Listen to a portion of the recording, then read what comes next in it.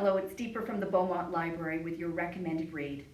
Today I'll be reading an excerpt from Far from the Tree by Robin Benway with permission by HarperTeen. Grace hadn't really thought too much about homecoming. She knew that she'd go though.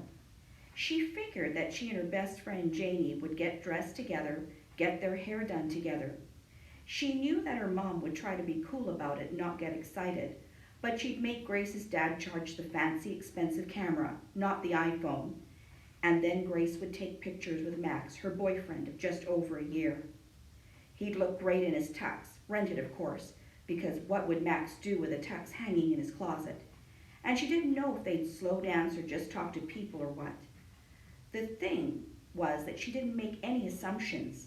She thought it would happen, and it'd be great. Grace thought like that about everything in her life. Homecoming was something that she knew she'd do. She didn't question it. Which is why it was so surprising that she ended up spending homecoming night not in a fancy dress, not sipping out of Max's flask and dancing with Janie and taking cheesy photos of each other, but in the maternity ward of St. Catherine's Hospital, her feet in stirrups instead of heels, giving birth to her daughter. It took Grace a while to figure out that she was pregnant. She used to watch those reality shows on cable TV and yell at the screen, "How did you not know you're pregnant?" as actors recreated the most unbelievable scenarios. Karma, Grace thought later.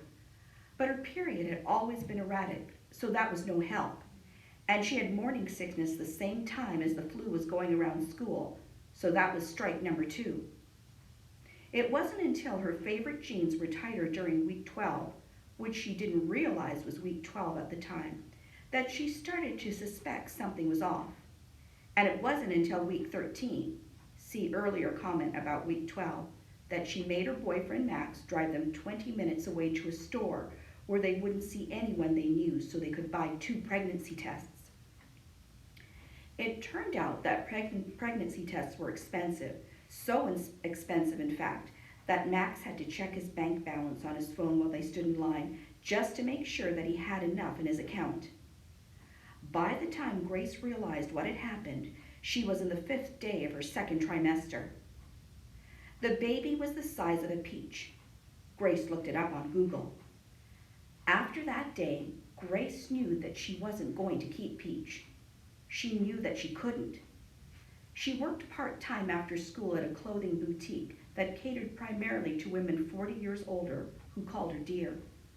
She wasn't exactly earning baby-raising money.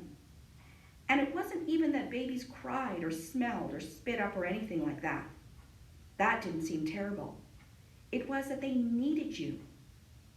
Peach would need Grace in ways that she couldn't give to her, and at night she would sit in her room holding her now rounded stomach and say, "I'm sorry, I'm sorry, I'm sorry." A prayer and a penance, because Grace was the first person who Peach would ever need, and Grace felt like she was already letting Peach down. And that was an excerpt from Far from the Tree. I hope you check it out.